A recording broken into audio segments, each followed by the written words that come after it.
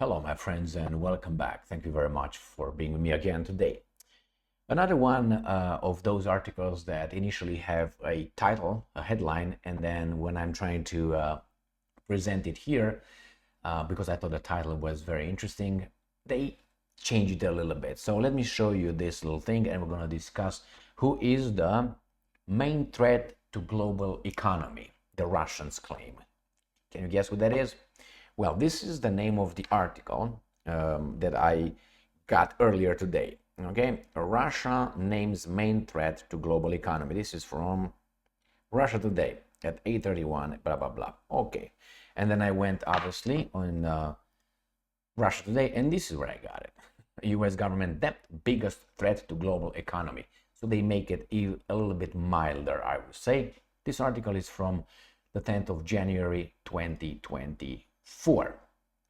So U.S. government debt biggest threat to global economy, Russian NGO. Why do you think it's so?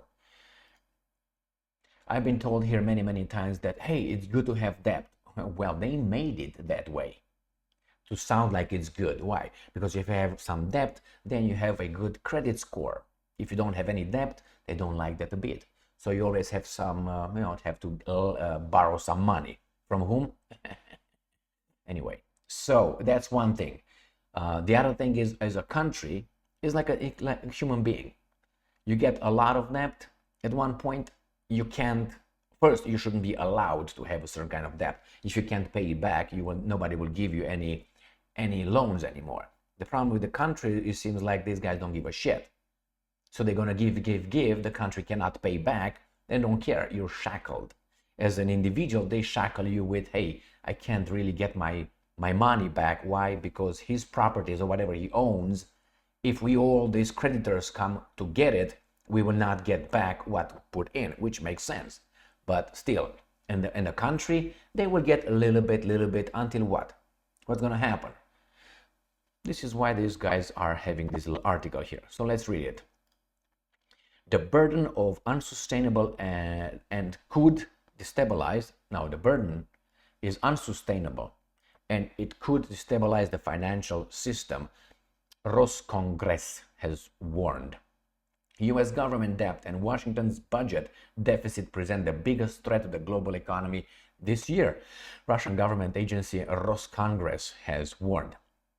Washington's $34 trillion burden is mathematically impossible to pay off. Why? Because the interest rate that is over there with a number you don't produce, you can't. You can't probably pay not only the interest, and not even that, it still adds. Congress has claimed in a report it published on Wednesday, the agency based its estimate on a current ratio between the size of the debt and the rate at which it is growing and the budget revenues. If you don't fucking produce anything, how are we going to pay things back? And I'm quoting, the excessive debt was accumulated at low rates but needs to be refinanced at high rates that limit economic activity and reduce cash flow. In the medium term, the servicing of US debt will cost $1 trillion a year, reads the report. Title Key Events to 2024.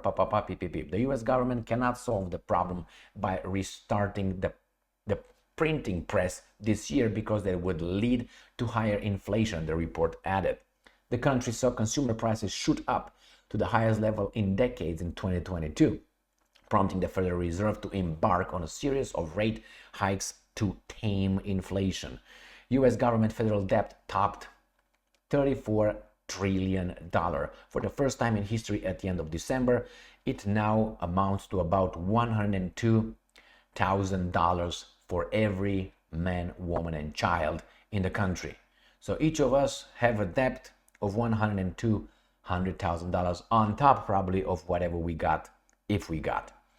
Now, US total public debt is roughly equivalent to the economies of China, Germany, Japan, India, and UK combined, hey, with the richest. Yeah. As pointed out by the Peter Papapa Foundation, a non-partisan fiscal policy group in New York. Among other threats to the global economy, Congress identified the global real estate bubble. mentioning the high-profile bankruptcies of Chinese property developers, Country Garden, and Everglade. The volatility of the US stock market and demographics issues, namely the shrinking of China's population. Well, bubble. Let me tell you about bubble. Look at Canada and the United States of America. United States of America, a certain house of a certain size, if you will just pick it up and bring it in Canada, let's say, would cost at least 3 times more. Here, a house of a certain kind of square footage in the United States of America would lose its value 3 times, 4 times. And I'm not talking about imbecilic California. That's an anomaly. Those guys are communists. Now, I'm talking about the general, I'm not talking about certain kind of area. Obviously, it matters where the house is. But let's say in regular, United States of America has, I think, the median household, the value of the house about $400,000. I think it's 415 it was, something like this. 370, 450, around that, 450, I think it was 50. Now, with that kind of house, if you look how it looks at the footage, you bring it to Canada, you make it 1.5 million or so. How is that possible? Where is the bubble? Both, I guess.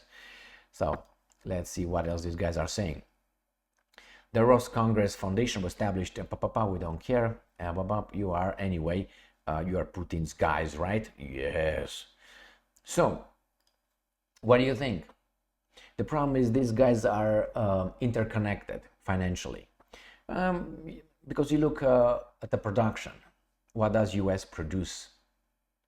What does it produce? Almost everything is produced somewhere else. Yeah, there's some high quality certain things that are produced that the planet needs, but that's not the main stuff. There's certain things that really, without them, we live just fine. So it's not. This economy is, as they like to brag here, post-industrial economy. It's actually post-service economy, if you can imagine what the fuck that is, post-service. So we're not even producing services anymore. What are we producing? Even that is service. But anyway, whatever, man. It's just, how can it be post-service economy? We're always going to be producing service unless we just... Anyway, we produce services because we don't engage in other people's business and fuck them up. All right, my friends, this is what the Russians claim. Look at your food prices. Go to the grocery store. Look at your rents. Look at your mortgages. Look at your gas. Look at your life. Look at the energy. And you figure out, and look at your, how do you call that?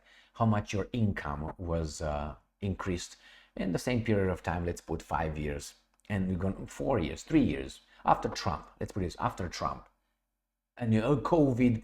Okay, just look at it, and you're going to realize that prices, inflation, and your ability to buy stuff, it decreases between how much you earn and how much you have to spend.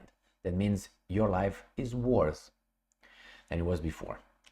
Thank you very much for being with me again. Not all of us, but I would guess most of us. Stay strong, stay smart, look for the truth, and be just.